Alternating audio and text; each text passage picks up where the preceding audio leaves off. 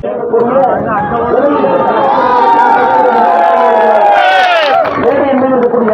சகோதர சகோதரர்களே, பத்திரிகை நண்பர்களே, தலைவர்களே, தாய்மார்களே, முதல் உங்களுக்கு நன்றியை தெரிவித்துக் கொள்கின்றோம். 234வது தொகுதியாக திருப்பூர் தெற்கு தொகுதியில நம்முடைய யாத்திரை நிறைவு பெற்று இதே பகுதி எந்த மண் என்று இருக்கின்றோமோ நம்முடைய திருப்பூர் குமரன் இந்த மண்ணில் தன்னுடைய கொடியை கையில் வைத்திருந்தக்கூடிய கொடியை ஆங்கிலேயர்களுடைய அடக்குமுறையால் அந்த கொடியை வீச முடியவில்லை. அவர் தலையில இருந்து உடனடி சேர்ந்தது இதே இடங்கள் இதே இடத்துலதான் அவர்கள் 1932 உருவடி சேர்ந்தார். கீழே விழுந்த பொழுது கூட அவருடைய கொடி கையில் இருந்துச்சு. கொடிகாத்து குமரன் என்று சொல்லுவோம். இன்னைக்கு நம்முடைய 234வது தொகுதி திருப்பூர் தெற்குல நம்முடைய கடைசி பகுதி ஏதோ இடத்துல எந்த கொடிக்காக திருப்பூர் குமரன் அவர்கள் உயிர் நீத்தாரோ அதே இடத்துல பாரதிய ஜனதா கட்சி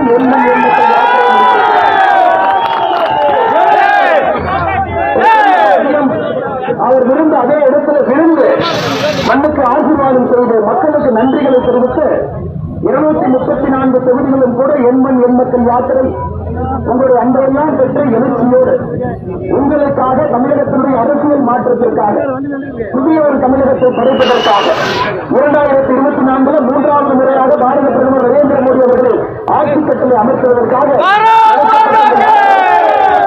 எந்த இடத்துல எந்த கொடிக்காக திருப்பூர் குமரன் யாத்திரையுடைய உயிர் நீத்தாரோ அதே இடத்துல இந்த யாத்திரை முடித்து தேசிய கொடிக்காக தேசியத்திற்காக ஆன்மீகத்திற்காக குடும்பாட்சிக்கு எதிராக லஞ்சத்திற்கு எதிராக அடாவடி அரசியலுக்கு எதிராக எல்லாவற்றுக்கும் மேலாக சாமானிய மக்களுக்கு ஆதரவாக தமிழக பாரதிய ஜனதா கட்சி என்றும் இருக்கும்.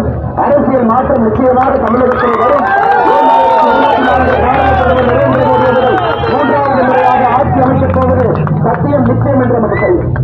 அதிகமாக உங்களுடைய நேரத்தை எடுத்துக் கொள்ளாமல் பாருங்க, வண்டி எல்லாம் மக்கள் போய் கொண்டிருக்கின்றார்கள். காவல்துறை அந்த போகணும் ஐயா. அதனால் நேரடியாக என்னுடைய உரையுடைய கடைசி பகுதிக்கு வந்துவிடுகின்றன ஐயா. இந்த யாத்திரை இன்று முடிந்திருந்தாலும் கூட இதனுடைய வேள்வி தீப்பொறி இன்னும் 100 நாட்கள் இருக்க வேண்டும்.